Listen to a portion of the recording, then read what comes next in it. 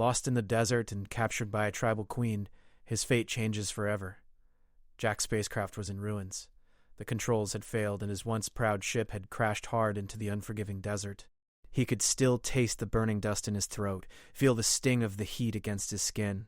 For hours, the only thing he could hear was the relentless wind blowing across the dunes, a sound as empty and lifeless as the world around him. He wiped his brow with the back of his hand, trying to push away the feeling of hopelessness. The planet was called Zeta. 9. A barren world known for its endless sandstorms and unforgiving sun. Not a single living thing was in sight. Jack had made mistakes before, but this was a new kind of mistake, one that might cost him his life. He could still see the wreckage of his ship in the distance. His mind raced with the idea of finding it, but his body told him to stop. He was too far from the wreck. He was too far from everything. The heat was suffocating, the air too dry. His water supply had run out hours ago, and he had long ago given up on finding shelter. His only hope now was to keep moving. A few more steps. That's all he could manage. He had been walking for hours, with no sign of anything but sand and dust. He felt like his strength was draining away with every step. His head was dizzy, and his legs felt like they were made of lead. Still he kept going. In the distance, something caught his eye. A shimmer on the horizon. Jack squinted through the haze. Could it be an oasis? Water? Or was it just a mirage, another trick of the desert? His heart skipped a beat. The shimmer was real. He couldn't be sure how far away it was, but it was the only hope he had. It was a long shot, but he had no choice. He stumbled forward, pushing through the sand, one foot in front of the other. His eyes were barely open now, the sun blinding him. He had to reach the shimmer. If it was water, if it was even a little shelter, it could mean his survival. Minutes stretched into hours. The shimmer seemed to grow closer, but it also seemed to grow further away, like it was taunting him. His breath came in ragged gasps, and his vision blurred. His muscles screamed, and he thought he might collapse any second. But he kept going. Finally, when he could barely see, when his strength was nearly gone, he saw something else. Something moving in the sand. Figures, emerging from behind a sand dune. At first he thought they were mirages, tricks his mind was playing on him, but as they came closer he realized they were real. And they were not alone. A group of women, their faces hidden behind cloth with spears and knives in their hands, surrounded him. They moved with the precision of trained warriors, stepping out from the shadows of the sand dunes. There was no escape. Jack's heart raced, his legs too weak to run. He stood there, swaying, too weak to even raise his arms. The leader of the group, a tall woman with dark eyes and a presence that seemed to make the air around her heavier, stepped forward. She studied him carefully, her gaze cold and calculating. He opened his mouth to speak, but his tongue felt like it was made of sand. His throat was dry. He could barely make a sound. "Who are you?"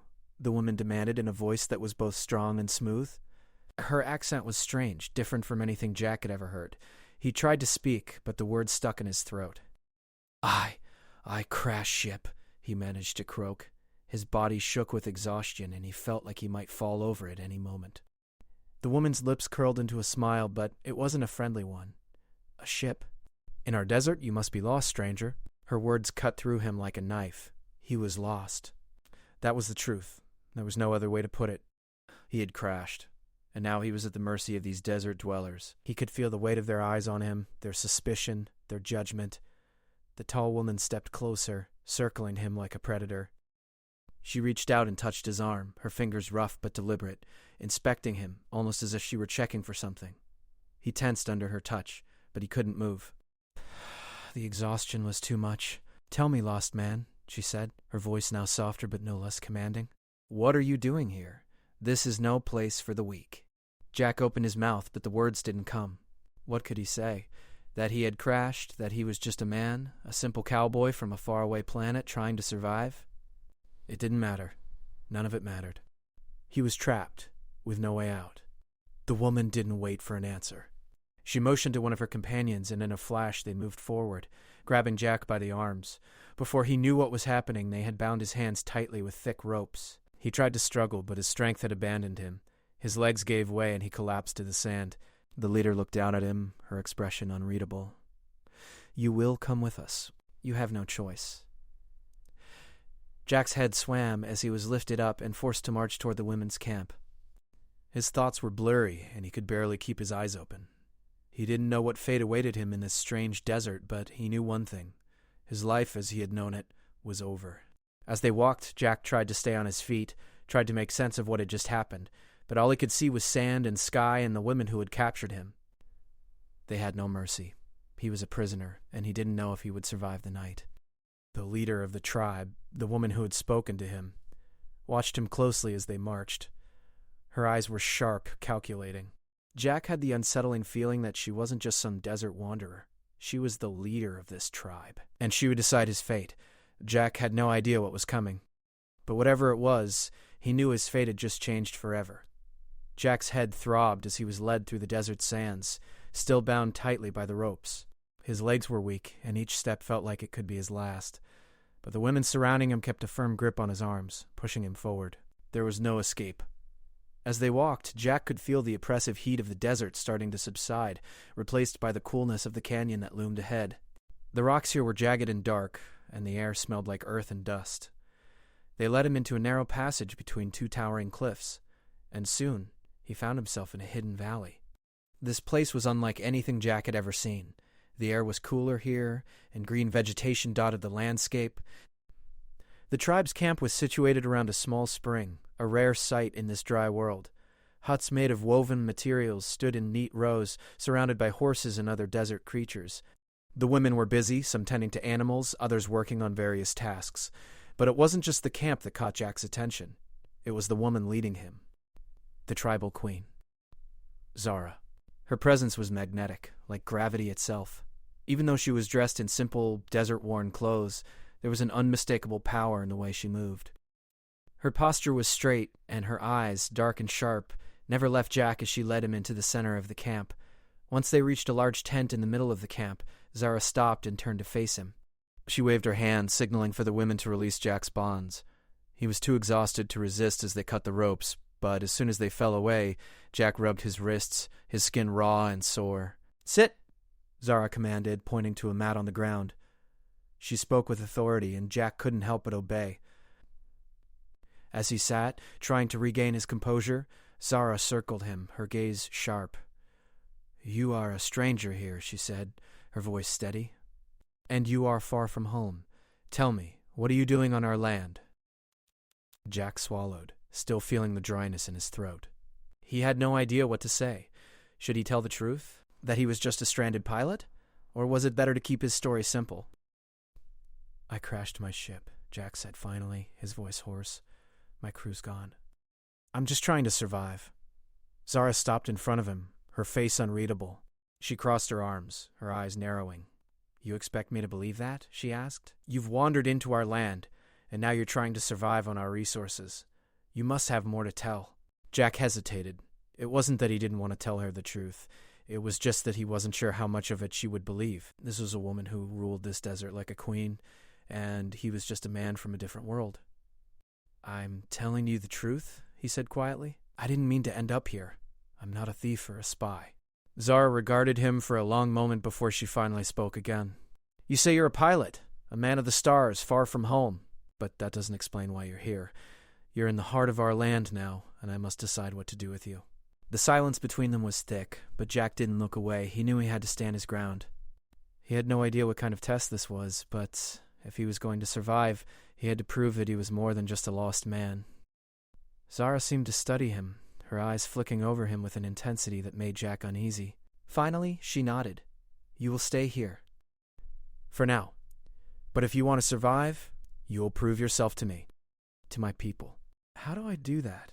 Zara stepped closer, her voice lowering. "You will prove yourself by enduring, by surviving in this land, by showing us that you are strong enough to be here." Before Jack could respond, Zara turned and signaled to one of the women standing nearby. A young woman with long dark hair and a fierce expression stepped forward and held out a spear. "Take this," Zara said, "and follow Alia. She will show you what you need to do." Jack stood up slowly, taking the spear from the woman's hands. It was heavy, but familiar. He had used a weapon like it back on his home planet. But this wasn't home. This was Zeta. 9, a world of dust and danger. Alia didn't wait for Jack to ask questions. She simply turned and began walking, leading him out of the tent and into the heart of the camp. The tribe's members watched them as they passed, their faces wary and curious. Jack's heart pounded in his chest. What exactly was he walking into? As they moved through the camp, Alia spoke without looking at him. We do not trust strangers easily. You will need to earn that trust. If you do not, you will not survive. Jack nodded, gripping the spear tighter. I understand. They arrived at a small training area near the edge of the camp, where several of the tribe's warriors were practicing combat. Alia motioned for Jack to follow her, and without a word she began to demonstrate basic techniques: how to thrust, how to dodge, how to fight in the desert. Jack mimicked her movements, focusing all his energy on getting them right. The desert sun beat down on them, but he didn't mind. He was used to the heat, the struggle, the fight to survive. But this was different. He wasn't just fighting for his life anymore. He was fighting for acceptance. For a place in this strange world that had so suddenly become his home. As he trained, Jack could feel the eyes of the tribe on him. They were watching his every move, judging him. He didn't care. He focused on Alia's movements, learning quickly, adapting to the ways of the desert. After a long time, Alia stopped and turned to him. You are not bad for a stranger, she said, almost approvingly. But you have much to learn. Jack smiled faintly, wiping sweat from his brow. I'll learn, he said, determination rising within him. Good, Alia replied. But know this, your fate is in the hands of the queen. What you do here will decide whether you leave these lands alive. With that, she turned and walked away, leaving Jack alone in the training area. Jack stood there, looking around at the tribe that surrounded him. Zara was right. His fate had changed forever. But whether it was for the better or worse, he didn't know yet. He wasn't giving up. Not yet. The days seemed to stretch on endlessly in the desert. Jack had begun to adjust to life in the tribe. He had learned their ways, trained with the spear, and even gained a bit of respect from the people. But every day felt like a test, not only from Zara, but from the harsh world around him. The desert had its own rules, and Jack was still learning how to follow them. One morning, as the sun began to rise over the desert horizon, Zara gathered the tribe's people in the central area of the camp. Jack, now accustomed to the daily routines, joined them, standing near the back.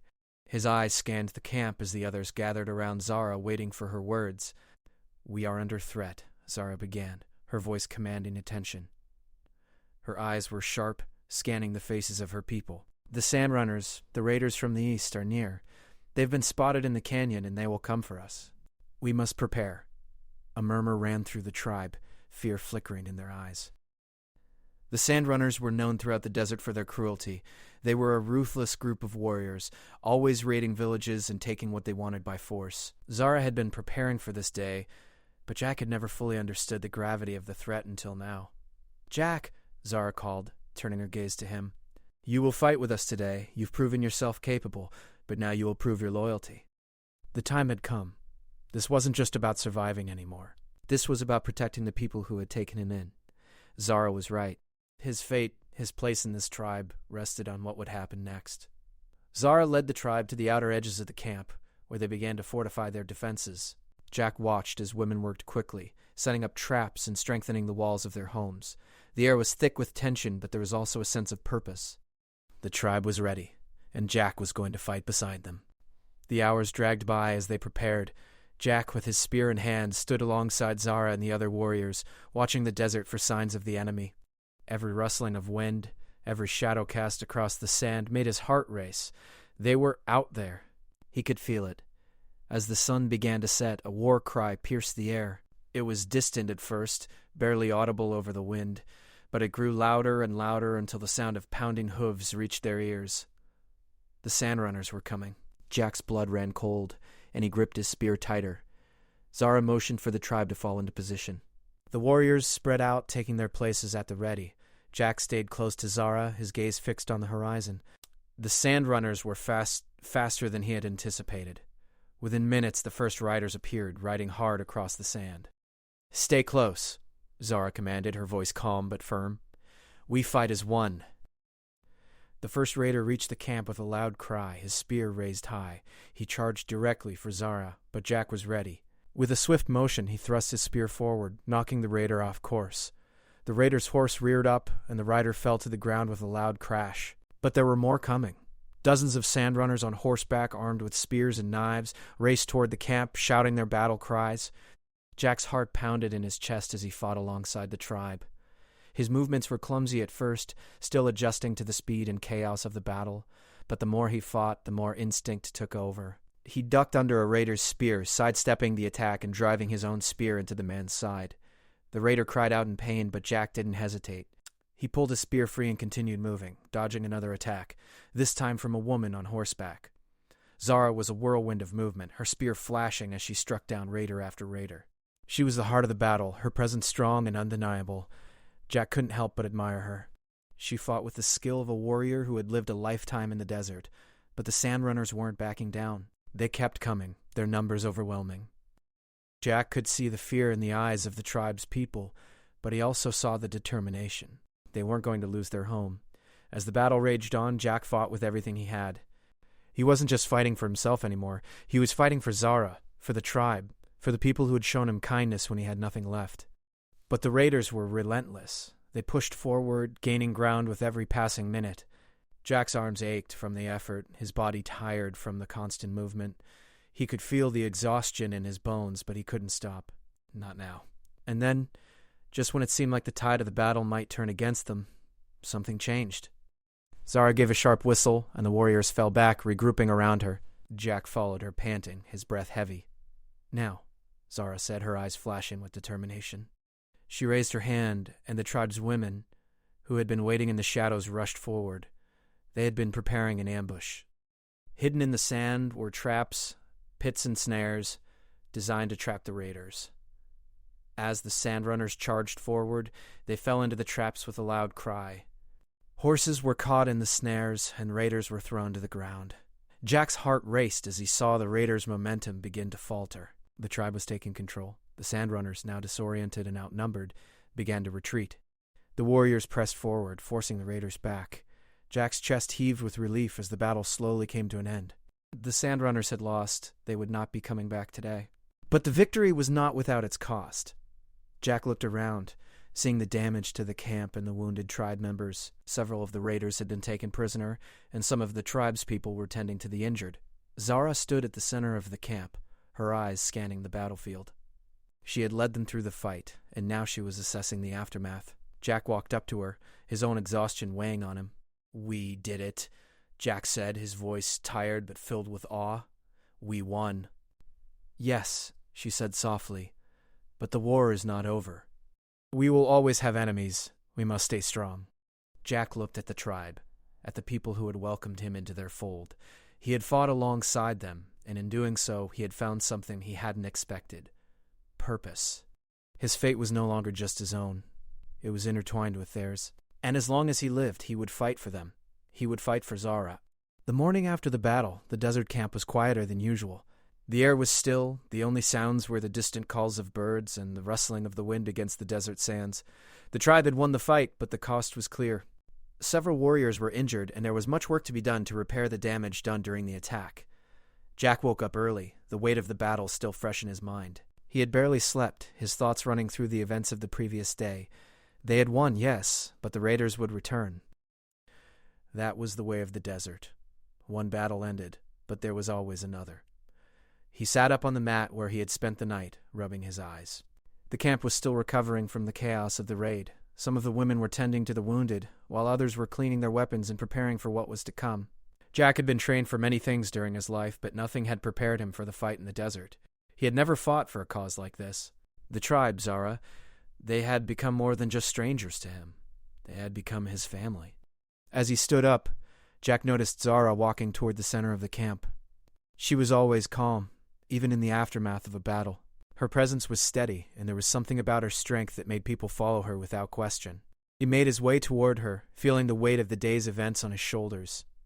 Zara noticed him and gave him a small nod, acknowledging his presence without saying a word. "You did well," she said after a moment. Her voice was low, but Jack could hear the respect in her tone. "Your strength on the battlefield helped us win." He had always been a lone soldier, relying only on himself. But here, with Zara and the tribe, he was part of something bigger. The feeling was strange, but it was also comforting. "We fought together," Jack replied, his voice steady. "We all did." Zara gave a small smile. "Yes, together. And that is why we won. But this is only the beginning." The raiders may be gone for now, but they will return. We must be prepared. Jack nodded. He understood. The desert was unforgiving, and there was always another fight on the horizon.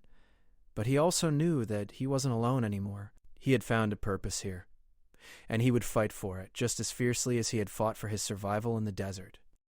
Zara led Jack to the edge of the camp, where a group of warriors had gathered.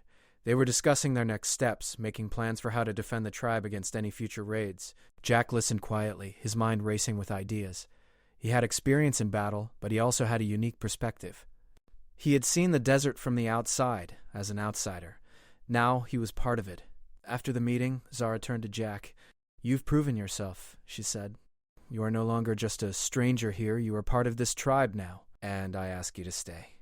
The offer was more than he had expected. He had come to this desert world as a stranger, with nothing but his survival instincts. But now he was part of something greater than himself. "I'm honored," Jack said, his voice firm. "I'll stay. I'll fight with you." Zara looked at him, her eyes steady. "Good. We will need your strength and your loyalty." The days that followed were filled with work. Jack helped the tribe rebuild what had been damaged in the battle. He worked side by side with the warriors, learning more about their ways, their culture, and their history. He was no longer just a guest in their camp. He was a member of the tribe. He fought with them, ate with them, and learned from them. As the weeks passed, Jack grew stronger.